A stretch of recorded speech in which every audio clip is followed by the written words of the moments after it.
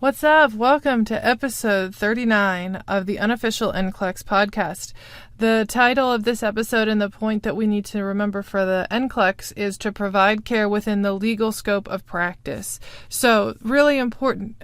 Cornerstone of being a nurse is that you stay within your scope of practice. So the important thing is to know your scope of practice first, right? So the way that you know this is you go to your State Board of Nursing website, and you can look up there what your specific state's scope of practice is for registered nurses.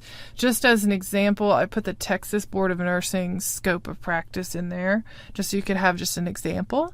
But it's really important that you follow this and you're not practicing outside of it because that's illegal. You must only do what you can do within your nursing license. That is absolutely, cornerstone of being a nurse, basic. You can do certain things with the license and you cannot do more. Maybe if you have specialty training, specialty certifications, certificates, advanced training, degrees, whatever, that changes the scope of practice. But the general registered nurse scope of practice, you have got to practice within it. And one of the things I think about when I think about, providing care within the scope of practice is, okay, here's a very simple example. So let's say I've got my patient, say I'm looking at their PRN medications and they have 2 orders for high blood pressure. I have labetalol ordered and I have hydralazine ordered. Legally, what needs to be on those orders is which order to utilize those medications. Within my scope of practice as a registered nurse, I cannot look at the PRN orders and let's say my patient has a blood pressure of 185/90. And I look at my PRNs like I normally would if I had a patient that had high blood pressure to see what medication to give. Well, let's say I've got 10 milligrams of labetalol and, 20 milligrams of hydralazine. Within my nursing license, nursing scope of practice, unless those orders say use hydralazine first for blood pressure greater than blank, if hydralazine ineffective, utilize labetalol, unless that information is included on those orders, within my license, I cannot pick which one to do when. I can't. That is something that as a registered nurse, that is not within my scope of practice, and I'm practicing medicine and not nursing because I'm trying to figure out which one to do first. The physician or ordering provider, whether a nurse practitioner or a physician assistant or physician, they must specify which medication to utilize first. Same thing about pain medications. Same thing with anti-nausea meds.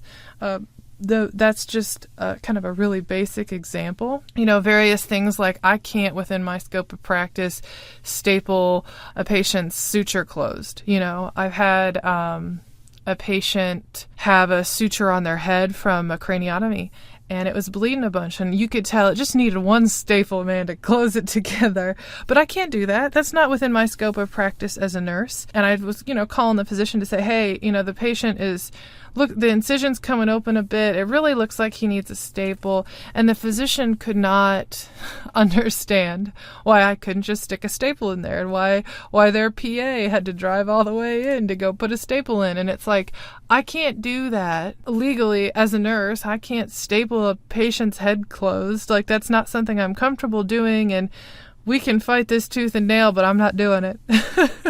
So that's something that it's important that you know what you can and cannot do as a registered nurse. And that can vary ever so slightly from state to state. So it's really important that your practice is guided by your scope of practice. So the episode or the point to remember is to provide care within the legal scope of practice. This has been another episode of the unofficial NCLEX Prep podcast. To get the massive PDF guide that goes along with this podcast, head over to nrsng.com/NCLEX-Prep.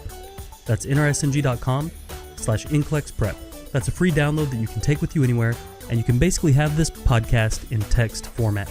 Our goal here at nrsng.com is to give you the tools and the confidence that you need to succeed in nursing school, on the NCLEX, and in your life as a nurse. We want you to succeed, and we want you to become part of this movement of nurses that is dedicated and motivated to learning and becoming the best nurse that they can possibly be. My name is John Haas, RN CCRN, and I'm the founder of NRSNG.com, and I sincerely thank you for being here, and I'm so proud of you for taking this step in your journey.